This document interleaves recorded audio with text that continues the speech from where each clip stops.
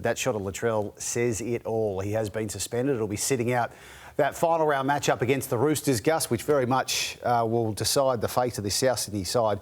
From what you saw yesterday, and we heard some of your words from a few weeks back, they were echoing in the ears of many people that watched this show as that match unfolded yesterday. How did it come to this? Oh, it's a combination of, I think, a long period of time of attention to detail and holding people accountable and being honest in self-appraisal. And these are things that you've got to be vigilant with.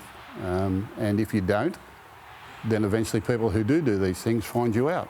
And that's what they've found in recent weeks. And, you know, good form, premiership winning form is not something you just switch on at the end of the season when you think you're in the running. You've got to be doing it week in, week out, training sessions, week in, week out, year in, year out, to get to the point where you can stand up under pressure and under the pressure test of NRL football.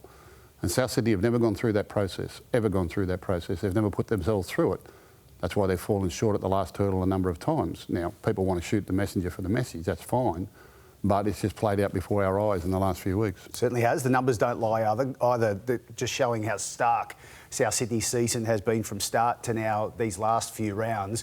Going from 1 through to 18, obviously more wins than losses in the back end. In particular of concern would be the points against and how that's blown out in this little back patch where they have had a lean run. Gal, can you put your finger on it, and do you expect them to still play finals?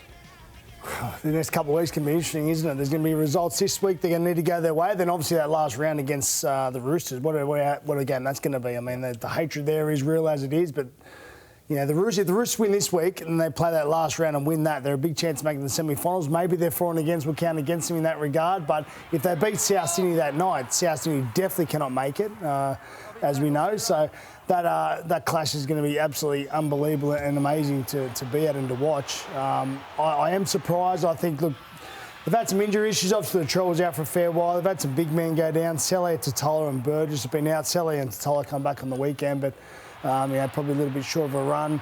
I think they've had some issues there, but all in all, they just haven't performed to the level they need to. I think when they thought Latrell would come back, it would just happen again and just get back in the swing of it. But as we've seen, it hasn't at all. And I think, you know, to see Latrell the way he played on the weekend, he looked pretty casual at times, and certain things didn't come off for him. And obviously now he's been charged. When teams are struggling, when many expect they shouldn't be, all of a sudden the rumblings begin, Danny. Is there any scuttle coming out of the borough at the moment? Well, James, first of all, we should say that Gus picked this before anyone else. He noticed a thing. I think he said they were lazy, and he noticed that there were problems with, you know, Latrell possibly. He really singled him out. And there's a lot coming out of the club now. There's a bigger story coming out of South Sydney that I think that Jason Demetrio, the coach, he's under pressure, not for his job, but obviously to get things right. And there is a lot of talk that he's having trouble managing the big personalities at the club. Now, that won't go down well with Souths, and I've put it to Souths today. And here's the team playing basketball after they lost to Sharks, right? They stayed in a 5-star hotel over in Perth. They lost the game, they come back, and a couple of days later they're playing basketball rather than having a training session. Now, this didn't go down well with everybody at South Sydney. I'm not talking about the playing group. And I think that Souths are trying to invoke a player-led culture. And that's all very well, but sometimes I think the coach is going to have to take charge of that situation. And Jason, by me saying that, that's not a surprise to Jason Demetrio. He's heard this, I think, internally. And I think that that's one of a number of issues they have. I think another issue is that Cody Walker had quite a significant blow-up at captain's run, and that happened in front of the team. Jason Demetrio, I think, later sorted it out with him, but he didn't sort it out in front of the playing group. And this is where Jason's strength as a coach will be challenged and is being tested. And this is a challenge for him as a coach, and he probably looks forward to these kind of challenges. However, when people like me or other media people start to bring these things up, it piles the pressure on Souths. And there are genuine issues, not huge issues, but there are a number of smaller issues at Souths that are starting to compound, and they're starting to reach the media, people like me, and that's when it becomes a bigger problem. Can Gal players lead a club?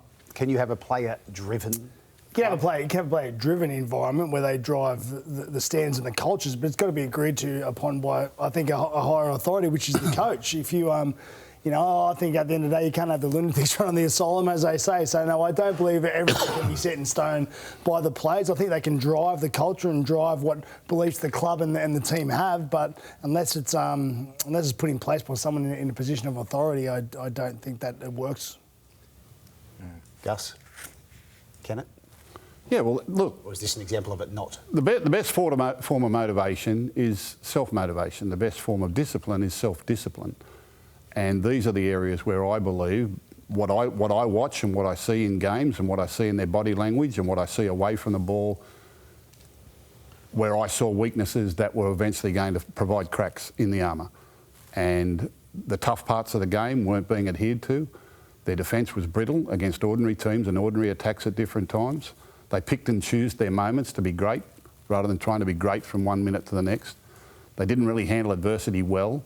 And these are all signs to me that there is no one really driving that constant, consistent standard that says it will be pressure tested and stand up under pressure when it comes.